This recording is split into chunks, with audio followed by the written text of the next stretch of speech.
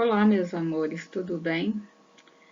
Nós vamos começar a estudar hoje a poesia da década de 50, também conhecida como concretismo brasileiro.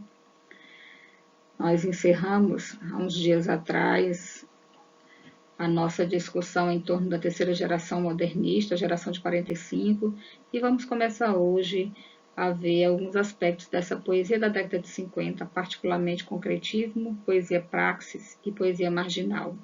E logo em seguida iremos tratar sobre as tendências contemporâneas. Então vamos juntos encerrar esse conteúdo de literatura, tá bom? Vamos com toda força, com todo gás.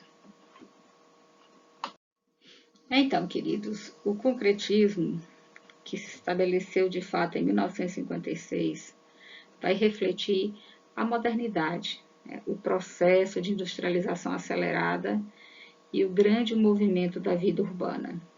Nós temos no Brasil como principais representantes desse movimento Haroldo de Campos, Augusto de Campos e Décio Pinatari. Mas é importante saber que o concretismo é um movimento artístico, não somente poético. É uma corrente literária, mas é especialmente um movimento artístico, caracterizado pela objetividade e pelo trabalho experimental com o espaço que foi trazido para a poesia. Ele surgiu no século XX como reflexo de uma realidade marcada pela racionalidade e pelo avanço tecnológico.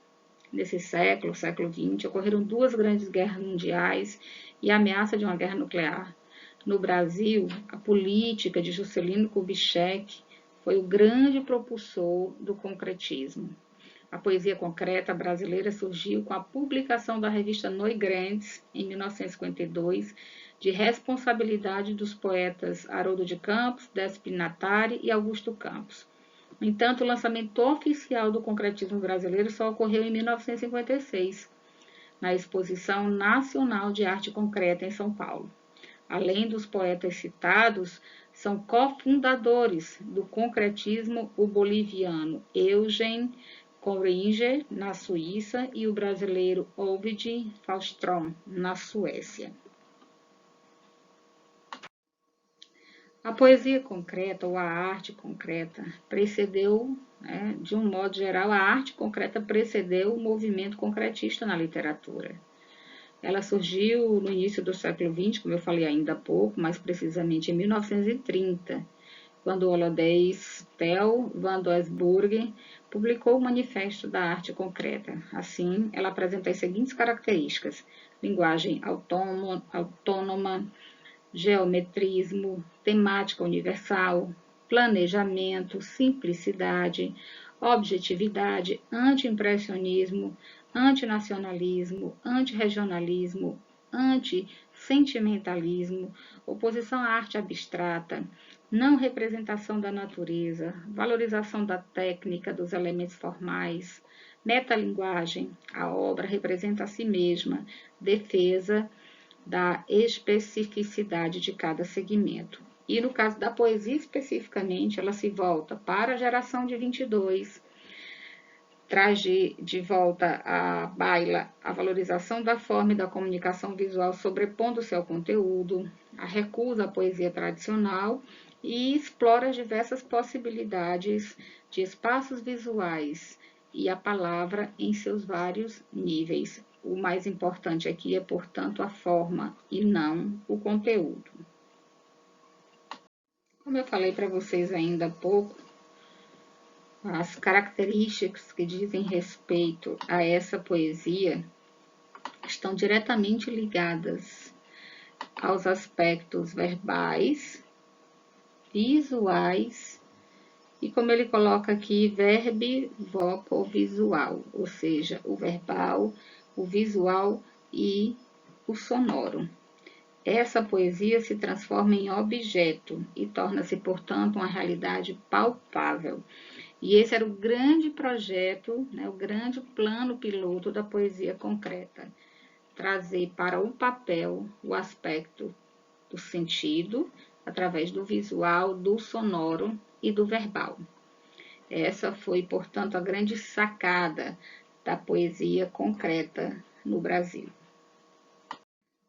Então, eu vou apresentar para vocês alguns dos poemas mais conhecidos dentro desse movimento, os poemas concretos, para a gente compreender o que significa essa relação do conteúdo com o espaço, do semântico, né, que é o sentido, com o trabalho formal, né, o espaço na página.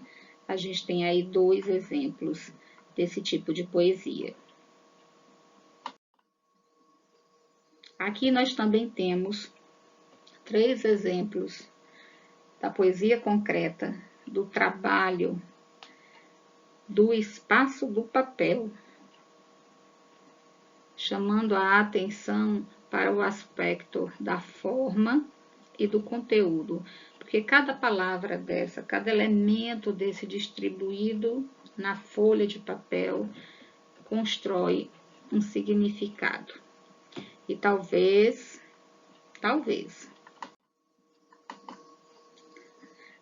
o mais conhecido de todos os poemas concretos no Brasil seja justamente esse, Lixo, todo elaborado com a palavra luxo. O que nesse jogo de significação, nesse jogo semântico, tanto pode significar que o luxo é um lixo, como também pode ter o significado de que para algumas pessoas o lixo é o luxo.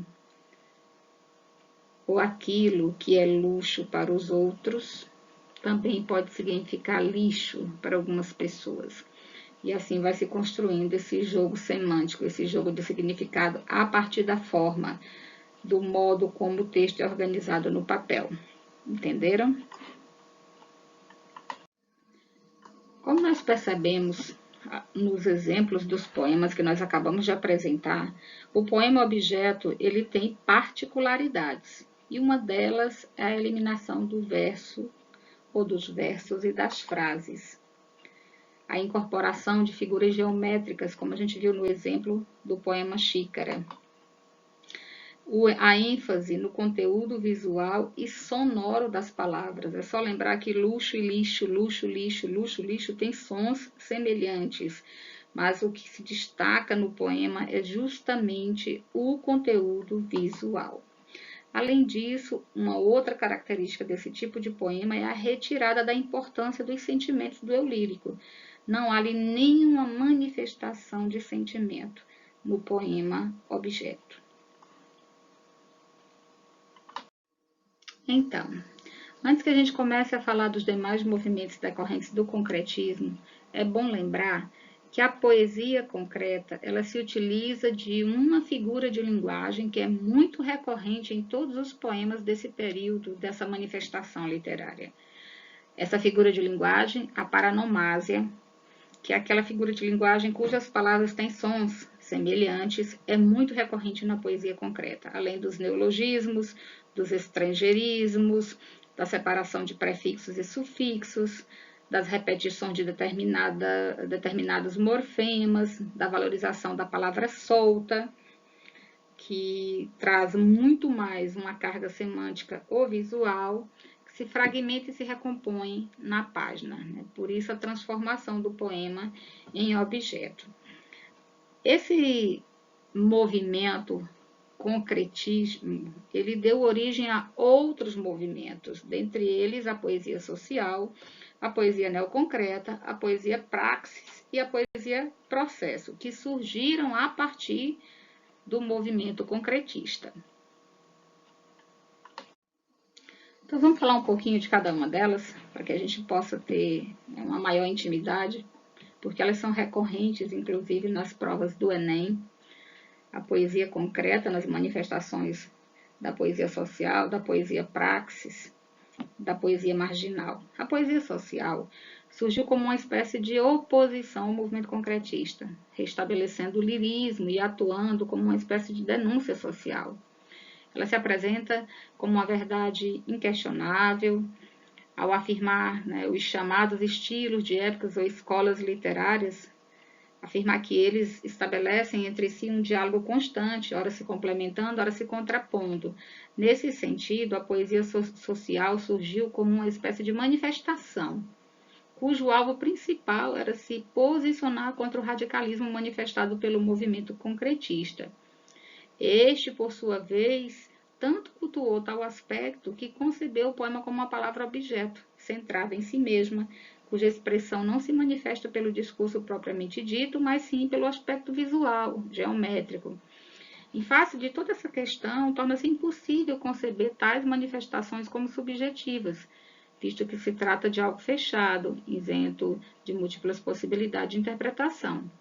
Depois dela, surgiu então a poesia social, para contradizer tudo aquilo que se fazia visto por intermédio da arte concretista. A poesia social foi muito bem representada por Tiago de Melo, Ferreira Goulart e Afonso Romano de Santana. Eles, por meio de suas habilidades artísticas, restabeleceram o lirismo e fizeram da palavra um instrumento de denúncia social, de revelação das mazelas que assolavam a sociedade da época em que viveram. Assim, participando ativamente dessas questões, optaram por utilizar uma linguagem simples, que se aproximava do cotidiano, como bem nos demonstra o mestre Ferreira Goulart em uma de suas criações mais conhecidas. Nós estamos falando do poema Agosto de 1964, um poema que denuncia a ditadura militar, escrito por Ferreira Goulart. E aqui nós temos o poema Conjugação, de Afonso Romano de Santana, que traz de volta o lirismo para a poesia, deixando um pouco de lado aquele objetivismo, a palavra objeto tão cara aos concretistas. Vale a pena ler, gente, o poema Agosto de 1964. Bom, e a partir do surgimento dessa poesia social, de denúncia social, de indignação, né, com a realidade social manifestada especialmente pelas desigualdades sociais, surge também uma poesia considerada neoconcreta, que mostra a realidade do homem de forma mais complexa, se utiliza da linguagem escrita, os sentimentos do eu lírico agora são importantes, e se apresenta como um instrumento de luta contra a opressão e a injustiça social. A gente tem como exemplo aqui o poema do Ferreira Goulart, Ouvindo Apenas, que é uma poesia que denuncia o sofrimento do povo no seu cotidiano, no seu dia a dia. A gente tem, claro, palavras objetos, a gente tem aí a representação nas ruas da cidade, da noite, o sofrimento do povo no cotidiano. É uma palavra ainda muito objetiva, é um poema ainda muito objetivo, mas que traz já um aspecto, um posicionamento, uma denúncia que é uma característica do eu, né, do eu lírico. A poesia dos anos 70 ela é considerada a poesia marginal. Eram, na maioria dos casos, rodadas em mimeógrafos e entregues de mão em mão, folhetos, jornais, através de revistas, de comícios poéticos. Essa poesia marginal tem uma linguagem marcada pela busca da descrição do cotidiano, uma linguagem simples, o humor, a ironia, o desprezo à elite da sociedade, e tem como muita das suas características aquelas que estão presentes nas obras de Oswald de Andrade. É uma poesia também que vai pouco a pouco se afastando do ideal do concretismo. Então, pessoal, para a gente encerrando aqui essa parte que trata da poesia neoconcreta, da poesia social e da poesia marginal, é bom lembrar que tanto a poesia neoconcreta, a praxis, a poesia social, né, a poesia marginal, elas vão reabilitando o verso e o sentimento lírico, fazendo desses recursos um instrumento de denúncia social.